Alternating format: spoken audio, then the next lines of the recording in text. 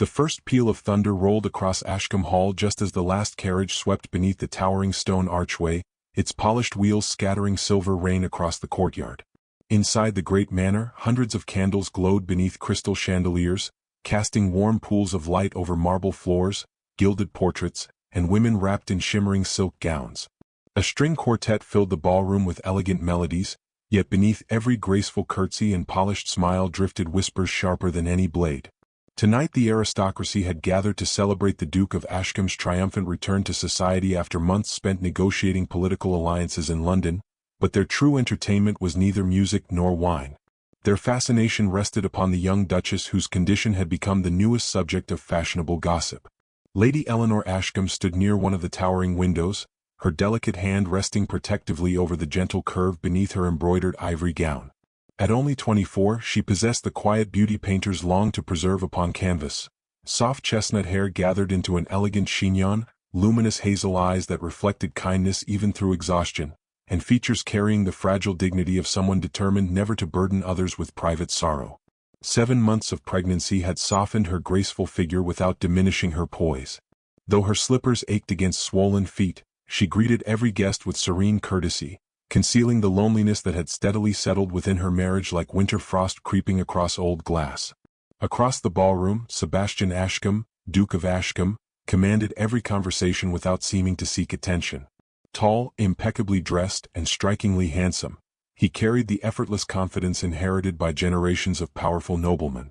Parliament admired his intellect, newspapers praised his ambition, and London's elite eagerly pursued his favor.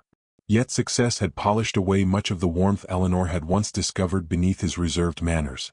Months of political maneuvering had hardened his expressions until duty eclipsed tenderness, and every letter he sent home grew shorter than the last. He had married for affection despite his family's expectations, but ambition possessed an appetite that rarely spared the heart. The guests noticed everything. Elderly countesses exchanged meaningful glances behind jeweled fans. Young gentlemen pretended to admire paintings while listening for scandal. Ladies who had once envied Eleanor's fortunate marriage now observed her with disguised satisfaction, murmuring that motherhood had arrived inconveniently for a man whose future depended upon public appearances and uninterrupted advancement.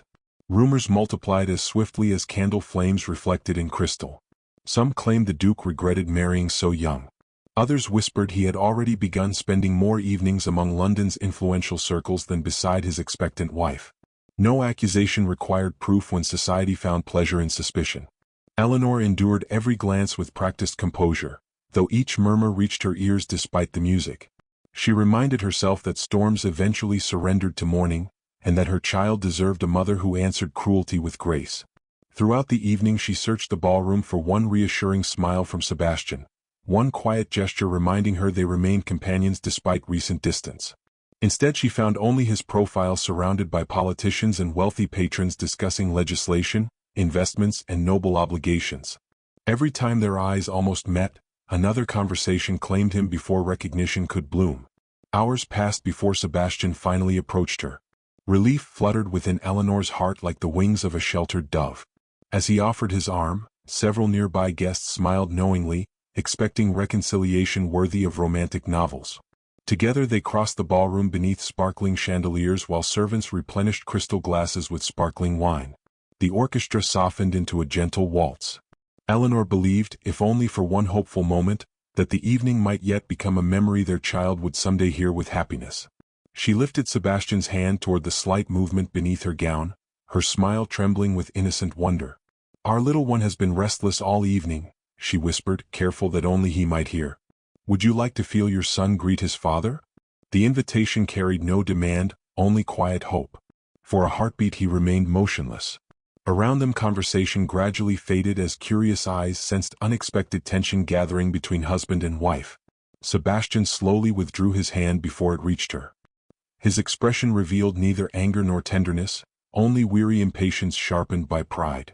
In a voice calm enough to wound more deeply than shouting, he spoke 5 words that echoed through the silent ballroom. "I don't want this child." The orchestra stopped mid-note. Crystal glasses hovered untouched above embroidered tablecloths. Even the storm outside seemed to hesitate beyond stained glass windows. Eleanor stared at her husband as though the world itself had forgotten how to breathe. Another tiny kick answered beneath her palm, innocent and trusting, while tears gathered despite every desperate effort to restrain them.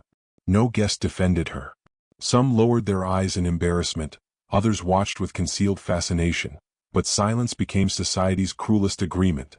Sebastian inclined his head with chilling formality, turned away without another glance, and resumed speaking with influential gentlemen as though nothing extraordinary had occurred. Long after the final carriage departed and the manor surrendered to darkness, Eleanor remained alone beside the dying fire until the butler delivered a sealed letter bearing the Duke's crest. With trembling fingers she unfolded the brief instruction. She was to leave before sunrise for the abandoned Ashcombe manor in the distant countryside, remaining there until the birth was finished and public attention faded. Outside, servants quietly prepared the carriage without meeting her eyes. Inside, Eleanor pressed one hand over the child her husband had rejected, whispering through tears, "If the whole world refuses us, my precious one, I never shall." As dawn's first gray light touched the rain-soaked windows, another unexpected knock sounded upon her chamber door. Before sunrise, the unexpected knock echoed once more through Eleanor's chamber, soft enough to suggest courtesy yet urgent enough to banish all hope of another quiet hour. When she opened the door, she found the elderly housekeeper, Mrs. Hawthorne, standing with folded hands and red-rimmed eyes. The loyal servant had served 3 generations of the Ashcombe family and needed no explanation to understand the cruelty hidden inside the Duke's letter. Without speaking, she stepped into the room carrying a small wicker basket filled with bread, dried herbs, blankets, and a silver crucifix wrapped carefully inside linen. "Your Grace," she whispered, her voice trembling, "some journeys require more faith than luggage." Eleanor accepted the basket with a grateful nod, realizing that genuine kindness often arrived without grand speeches or noble titles. Outside, relentless rain drummed upon the cobblestones as servants loaded her single trunk onto the waiting carriage. No farewell gathered on the grand staircase. No family blessing accompanied her departure. The magnificent estate that had welcomed queens and ambassadors now dismissed its Duchess with the silence reserved for an embarrassment too painful to acknowledge. Eleanor climbed into the carriage without complaint, smoothing her weathered traveling cloak over the gentle curve of her unborn child. As the horses began moving through the iron gates, she looked back only once. Ashcombe Hall stood against the storm like an immense palace carved from pride itself, every glowing window reminding her that love could vanish even while luxury remained. The journey stretched across endless miles of rain-soaked countryside. Villages disappeared behind curtains of mist, ancient oak trees bowed beneath fierce winds, and swollen rivers rushed beneath stone bridges polished by centuries of passing wheels. Eleanor rested one hand upon her belly throughout the journey, quietly speaking to the child inside as though each whispered promise could weave another thread of courage around them both. She described blooming gardens they would someday plant together, warm kitchens filled with laughter, and evenings where stories would replace sorrow. Whether she sought to comfort the baby or herself, she could no longer distinguish. By late afternoon the carriage reached the forgotten Ashcombe manor. It scarcely resembled the noble residence described in family histories. Ivy-strangled cracked stone walls. Moss-covered broken statues whose faces had surrendered to time. The once proud fountain stood dry beneath tangled weeds, while shattered windows stared across neglected fields like empty eyes mourning forgotten generations. A cold wind slipped through loose shutters, carrying the scent of damp earth and abandoned dreams. Even the horses hesitated before the crumbling entrance, as though uncertain anyone truly belonged there anymore. The front doors creaked open before Eleanor could knock.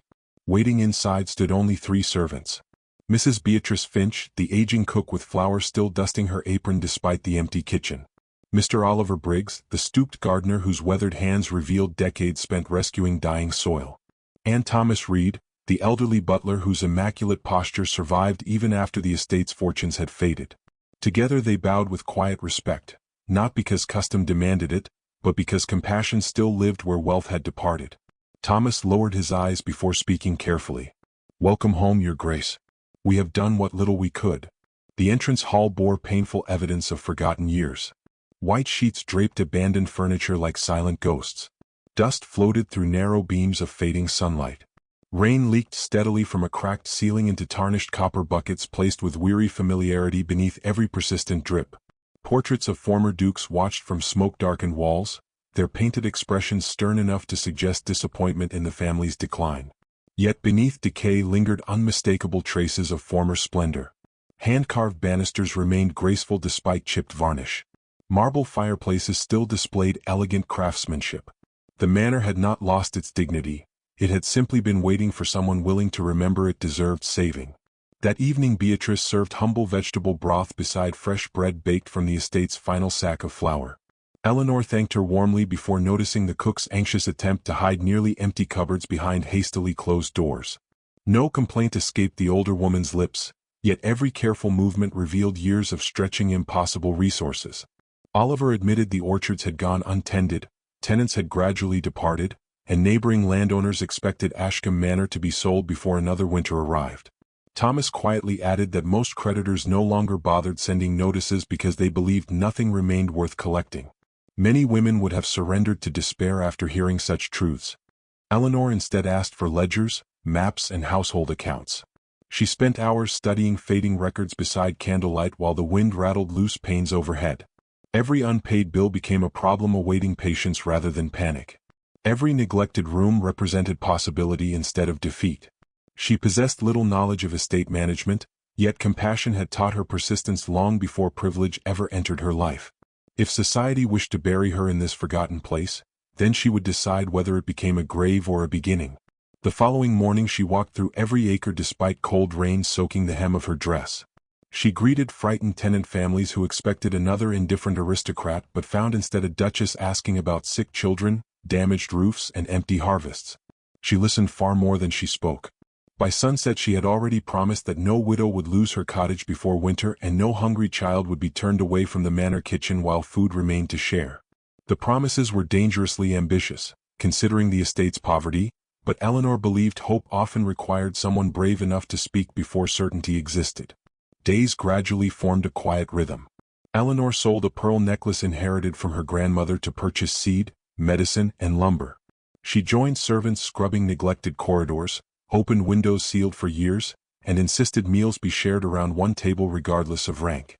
Laughter cautiously returned to rooms that had forgotten its sound. Even the gardens responded as Oliver carefully pruned abandoned roses until fresh green shoots appeared among brittle branches. Watching those fragile signs of life, Eleanor realized broken things rarely asked for miracles. They simply needed someone unwilling to abandon them. One chilly evening, as crimson sunset colored the western sky beyond the neglected fields, a sharp pain stole Eleanor's breath before quickly fading. She steadied herself against the garden wall, reassuring the frightened servants that the child remained calm. Yet as Thomas hurried forward to support her, another carriage appeared unexpectedly beyond the rusted gates, bearing an unfamiliar crest gleaming beneath the dying light. The unfamiliar carriage rolled through the rusted gates with measured dignity, its polished wheels strangely untouched by the mud that coated every country road for miles. The crest upon its lacquered door belonged not to any neighboring estate but to the late Dowager Duchess of Ashcombe, Sebastian's mother, whose kindness had once been celebrated throughout the county. Thomas stepped forward cautiously as the coachman descended and presented a sealed envelope bearing an aged wax seal.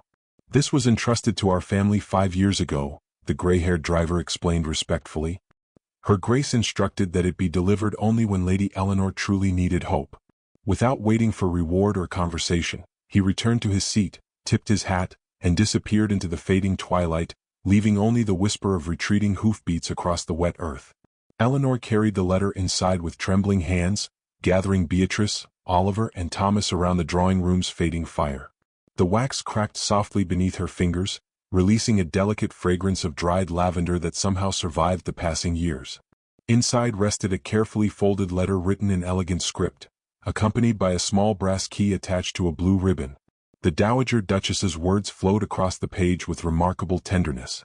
She confessed that she had always feared ambition might one day overshadow compassion in her only son. Should that dark hour ever arrive, she wrote, the true inheritance of Ashcombe would belong not to the proudest heart but to the kindest one. Hidden beneath the old chapel floor, she explained, rested family documents and modest savings reserved for whoever chose mercy over pride. Eleanor lowered the letter slowly, unable to speak as tears shimmered quietly within her eyes. The following morning, Thomas led the small group toward the abandoned chapel standing beyond the neglected orchard. Time had spared little of its former beauty. Ivy climbed weathered stone walls, stained glass windows had surrendered to countless winters, and moss softened every ancient step leading toward the heavy oak doors. Inside, pale shafts of sunlight pierced broken roof beams, illuminating drifting dust like tiny stars suspended in sacred silence. Together they lifted a loose stone beneath the altar exactly where the letter instructed. Beneath it rested a sturdy wooden chest wrapped carefully in oilcloth against dampness. Oliver carried it outside while Beatrice whispered a grateful prayer, her weathered hands shaking almost as much as Eleanor's. Within the chest lay neatly bundled deeds proving several neighboring farms legally belonged to Ashcombe Manor but had never been reclaimed after years of neglect. A velvet pouch contained enough gold sovereigns to repair roofs, purchase livestock, and settle the most urgent debts burdening the estate. There were also journals written by the Dowager Duchess herself, describing every tenant family by name, every annual harvest, and every charitable tradition once cherished throughout the county. Eleanor realized she had inherited far more than money. She had inherited a vision of stewardship built upon generosity rather than status. Closing the final journal, she quietly promised the absent woman she would honor every page through action rather than sentiment. Hope spread through the estate with astonishing speed. Carpenters arrived to reinforce sagging beams before winter deepened. The neglected well was repaired, restoring fresh water to nearby cottages. Empty fields echoed once again with the steady rhythm of planting as tenant families returned, inspired by the Duchess who labored beside them without hesitation. Eleanor refused special treatment despite her advancing pregnancy. She carried baskets of seed, stitched blankets for orphan children, and organized evening suppers where servants and laborers shared stories around long wooden tables. Laughter gradually replaced silence, while smoke rising from restored chimneys signaled that life had returned to the forgotten manor. Months later, the first snow settled softly across the countryside, transforming broken fences and barren orchards into a landscape of quiet splendor. Inside the manor, however, peace vanished as Eleanor's labor began before dawn. Beatrice hurried through dim corridors heating water while Thomas rode urgently through icy roads to summon the village physician. Oliver knelt alone inside the chapel, asking heaven to spare the gentle woman who had restored more than buildings. Eleanor endured each wave of pain without complaint, gripping the carved bedpost as fierce contractions stole her breath. Between them she whispered encouragement to the child whose life had been rejected before it had even begun, promising that no sorrow spoken by another would ever define his worth. Hours stretched endlessly until a piercing newborn cry finally filled the chamber. Relief swept through every corner of the house. The physician smiled warmly as he wrapped a healthy baby boy inside thick wool blankets before placing him into Eleanor's trembling arms. She gazed upon his tiny face, discovering Sebastian's unmistakable eyes staring curiously back at her. For one aching heartbeat, grief threatened to overshadow joy, but the infant curled his tiny fingers around hers as though claiming the future himself. "Edward," she whispered softly, "your name shall mean guardian of prosperity, because you have already restored hope to this home." Outside, church bells from the distant village began ringing unexpectedly, their joyful echoes drifting across snow-covered fields. Word of Edward's birth traveled swiftly through neighboring villages.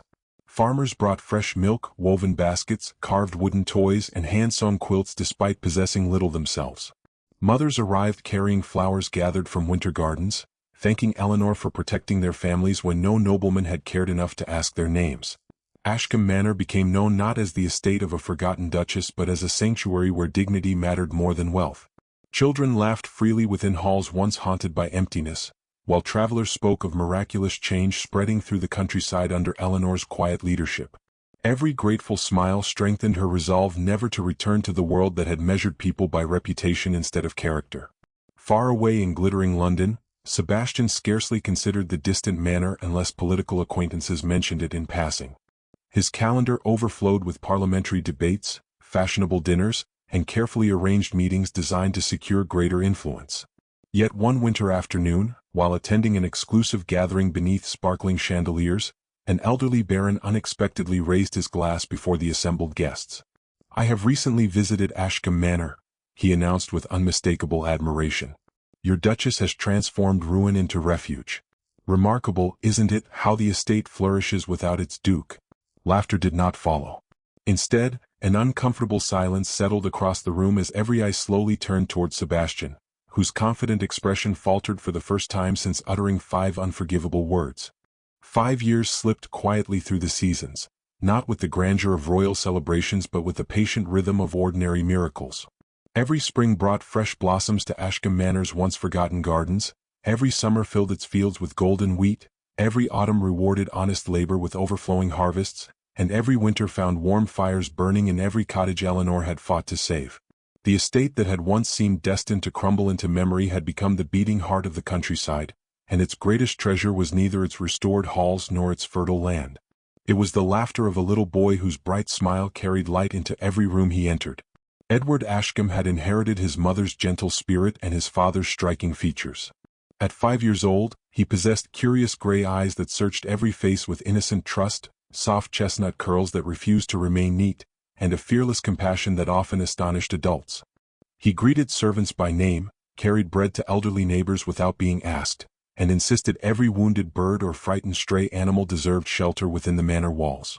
The villagers adored him, not because he was the Duke's heir, but because he had never learned the cruel habit of measuring people by titles. Whenever someone praised his kindness, he would simply answer with childlike certainty, "Mama says every person carries an invisible sorrow. If we cannot see it, we should be even kinder." Eleanor watched her son grow with equal measures of gratitude and quiet heartbreak. Each milestone filled her heart while reminding her of the father who had chosen absence over love. She never allowed bitterness to poison Edward's childhood. When he asked why his father never visited, she smiled gently before changing the subject toward stories of courage, forgiveness, or hope. She refused to raise her son upon resentment, believing hatred chained the innocent to another person's mistakes. Yet every evening after Edward had fallen asleep beneath quilts stitched by Beatrice's loving hands, Eleanor lingered beside his bedside just a little longer, wondering whether Sebastian ever imagined the child whose existence he had rejected. Far away in London, Sebastian Ashcombe discovered that success built upon pride possessed fragile foundations. The political alliances he had cultivated with ruthless precision gradually unraveled beneath whispers of corruption and selfish ambition. Men who had once toasted his victories now distanced themselves whenever newspapers questioned his judgment. Invitations to exclusive gatherings became fewer. Promises dissolved behind polite smiles. The aristocratic world that had rewarded his relentless pursuit of influence proved loyal only to power itself. For the first time since speaking those 5 devastating words, Sebastian experienced the cold loneliness he had once imposed upon someone else. One rainy afternoon, while sorting neglected correspondence inside his London townhouse, he discovered several unopened letters forwarded from Ashcombe Manor years earlier. They had been misplaced among legal documents by an inattentive secretary. None came from Eleanor herself. Instead, they contained reports from estate stewards describing impossible improvements. Abandoned farms had returned to production. Tenant debts had nearly vanished. Orphan children received education within manor classrooms. A village clinic now served families regardless of wealth. Every report concluded with similar praise for the Duchess's wisdom, generosity, and unwavering leadership. Sebastian read each page twice before lowering them slowly onto his desk. The woman he had dismissed as inconvenient had accomplished what generations of wealthy landowners never attempted. Days later, unable to silence growing curiosity, Sebastian traveled quietly toward the countryside without announcing his arrival. He left behind ceremonial uniforms and political escorts, wearing only a dark traveling coat that concealed his identity from strangers along the road. He told himself he merely wished to inspect family property before selling it, yet another voice, quieter and unfamiliar, urged him onward for reasons he refused to name. As his carriage approached the familiar gates of Ashcombe Manor, he scarcely recognized the estate. Roses climbed restored stone walls. Children's laughter floated across blooming gardens. Fresh paint brightened windows that once stared blankly across abandoned fields. Everywhere he looked, life flourished where he had expected decay. Rather than entering immediately, Sebastian remained hidden beneath towering oak trees overlooking the manor grounds. There he witnessed a scene no political triumph had ever prepared him to face. Edward raced joyfully across the gardens carrying a handmade wooden kite while Eleanor chased after him, laughing freely beneath the afternoon sun. She looked older than the girl he had married, yet stronger in every imaginable way. The quiet uncertainty once shadowing her eyes had transformed into calm confidence earned through hardship. She no longer resembled someone waiting to be rescued. She had become the person rescuing everyone around her. Edward stumbled while running, scraping his small knee against the garden path. Before servants could intervene, Eleanor knelt beside him. Instead of panic, she offered patience. "Bravery is not refusing to fall," she told him softly while brushing dirt from his trousers. "Bravery is choosing to stand again with kindness still inside your heart." The boy nodded solemnly before wrapping his tiny arms around her neck. Watching them together, Sebastian felt an unfamiliar ache tighten within his chest. He realized he had missed thousands of moments no wealth could purchase back. First words, first steps, first laughter, first tears. Every memory belonged entirely to someone else. As evening settled over the estate, Sebastian wandered unseen toward the open windows of the manor library. Candlelight glowed warmly inside where Eleanor sat reading beside the fireplace while Edward rested against her shoulder. The little boy studied an illustrated book before looking upward with hesitant curiosity. "Mama," he asked quietly, "do other children truly have fathers?" Eleanor closed the book gently, sensing the question she had long feared. "Yes, my darling," she answered with careful tenderness. Edward considered her reply before asking the question that pierced the silence like shattered glass. "Then why doesn't mine love me?" For several endless heartbeats Eleanor could not speak. Tears threatened to betray years of carefully guarded composure, yet she refused to burden her son with bitterness. She gathered him into her embrace, kissed his forehead, and whispered words Sebastian would carry for the remainder of his life. "Your father is not an unloving man, Edward. He is simply a lost one.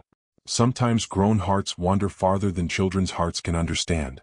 Edward accepted her answer without complaint, nestling safely against her while the fire crackled gently between them.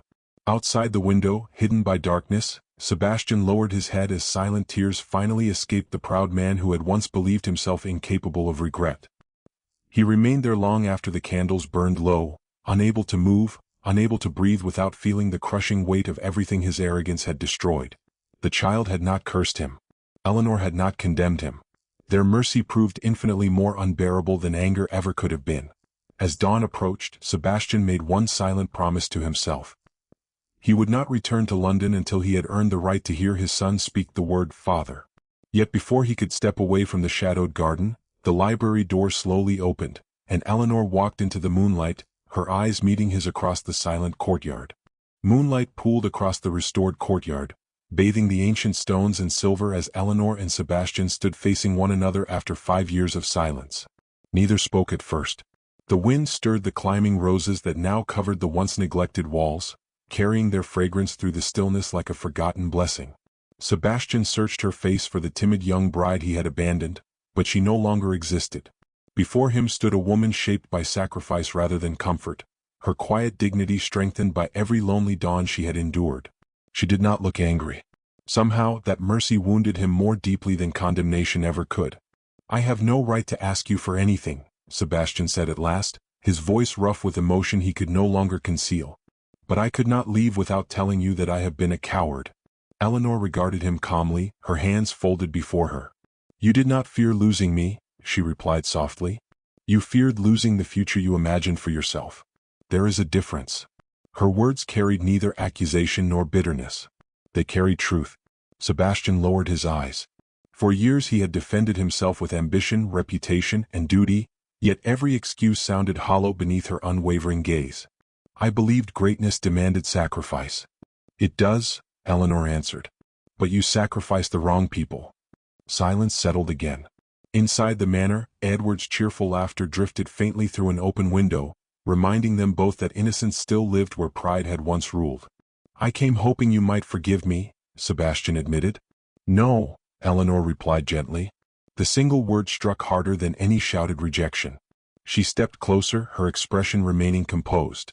"Forgiveness cannot be requested like a favor, Sebastian. It is earned through the life that follows regret." For the first time since inheriting his title, the Duke of Ashcombe understood humility. He bowed his head, not before a queen, but before the woman whose strength had surpassed his own. The following morning surprised everyone upon the estate. Instead of returning to London, Sebastian removed his tailored gloves, exchanged his polished riding coat for ordinary work clothes, and joined the laborers repairing a collapsed stone bridge leading into the village. The workers stared in astonishment as the Duke lifted heavy timber beside them without complaint. Blisters soon replaced the softness of hands accustomed only to signing documents and raising crystal glasses. When the foreman offered special treatment, Sebastian quietly refused. "If every man here carries the same burden," he said, "then mine should weigh no less." Word spread rapidly. Some villagers remained skeptical, believing guilt rather than sincerity had brought him home. Others watched cautiously, waiting for the performance to end. Eleanor offered neither praise nor criticism. She simply observed. Days became weeks. Sebastian repaired fences damaged by winter storms. He delivered food to widows whose husbands had died during harsh harvests. He spent evenings reading books to orphan children in the manor library while Beatrice smiled silently from the doorway. Every task reminded him of years forever lost, yet he embraced each humble responsibility as though rebuilding the estate stone by stone might somehow rebuild his broken soul. Edward noticed the stranger's quiet presence long before learning his identity. The little boy often found Sebastian mending broken toys, feeding abandoned horses, or planting young oak saplings across the estate. Curiosity eventually overcame caution. One bright afternoon Edward approached while carrying a wooden sword carved by Oliver. "Excuse me, sir," he asked politely. "Why do you keep fixing everyone's problems?" Sebastian smiled sadly. "Because I spent too many years creating them." Edward considered the answer with thoughtful seriousness only children possessed. "My mama says good people help without expecting rewards. Your mother is wiser than I have ever been." The boy nodded approvingly before handing Sebastian the small wooden sword. "It belongs to brave people. You may borrow it." Sebastian accepted the simple gift with trembling hands. No decoration bestowed by the crown had ever carried greater honor. That evening Thomas quietly revealed the truth Edward had unknowingly been living beside. The child stared silently at Sebastian across the dining hall, confusion filling his young eyes. "You are my father?" Sebastian slowly knelt until they stood eye to eye. "Yes." Edward searched his face with heartbreaking innocence. "Did I do something wrong?" The question shattered every defense Sebastian still possessed. His shoulders trembled. Tears filled his eyes. "No," he whispered. "Never. Everything wrong belongs to me." Edward looked toward Eleanor, silently seeking guidance. She did not answer for him. This decision belonged to father and son alone. After a long hesitation, Edward stepped forward and wrapped his small arms around Sebastian's neck. The embrace lasted only seconds. Yet for Sebastian it felt like heaven offering a man who deserved nothing another chance to live. Months passed. Rather than returning to Parliament, Sebastian publicly resigned from every political office that had once consumed his life. London erupted with disbelief.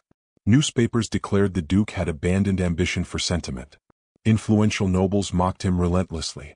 Several wealthy acquaintances severed business partnerships, claiming he had disgraced his family's prestige.